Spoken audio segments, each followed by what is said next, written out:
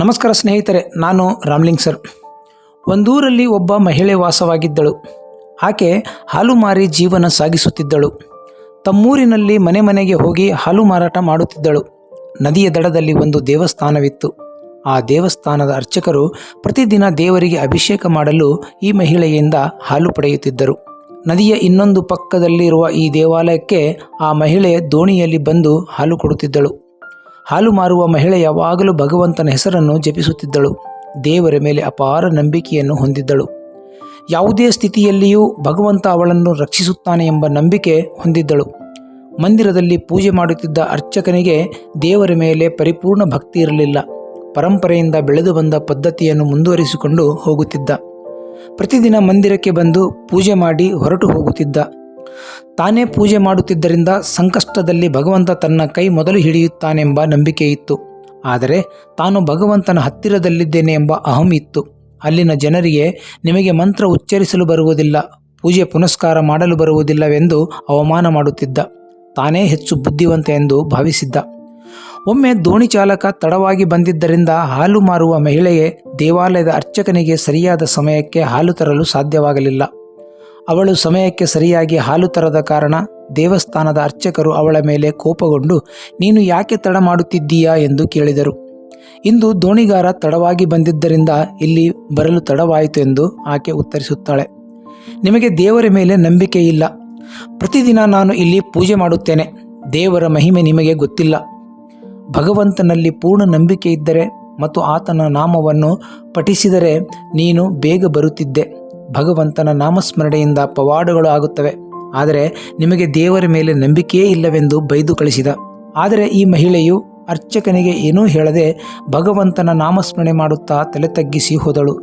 ಮರುದಿನದಿಂದ ಅರ್ಚಕನಿಗೆ ಸಮಯಕ್ಕೆ ಸರಿಯಾಗಿ ಹಾಲು ಸಿಗುತ್ತಿತ್ತು. ಮಳೆಗಾಲದಲ್ಲಿ ನದಿ ಉಕ್ಕಿ ಹರಿಯುತ್ತಿದ್ದರೂ ಅಂತಹ ಸಂದರ್ಭದಲ್ಲಿಯೂ ಸರಿಯಾದ ಸಮಯಕ್ಕೆ ಬಂದು ಹಾಲು ಕೊಡುತ್ತಿದ್ದಳು. ಇದು ದೇವಾಲಯದ ಅರ್ಚಕನಿಗೆ ಆಶ್ಚರ್ಯವನ್ನುಂಟು ಮಾಡುತ್ತದೆ. ನದಿಯಲ್ಲಿ ನೀರು ಉಕ್ಕಿ ಹರಿಯುತ್ತಿದ್ದರೂ ನಿಗದಿತ ಸಮಯದಲ್ಲಿ ದೇವರಿಗೆ ಅಭಿಷೇಕ ಮಾಡಲು ಹಾಲು ತರುತ್ತಿದೆಯಾ? ಇದು ಹೇಗೆ ಸಾಧ್ಯ ಎಂದು ಕೇಳಿದರು.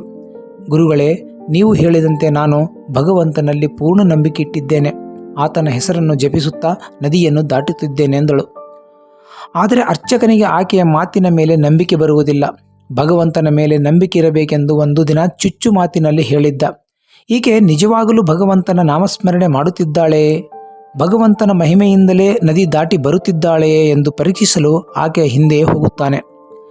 ನೀನು ನದಿಯನ್ನು ಹೇಗೆ ದಾಟುತ್ತೀಯಾ ತೋರಿಸು ಎಂದು ಅರ್ಚಕರು ಮಹಿಳೆಗೆ ಕೇಳುತ್ತಾರೆ.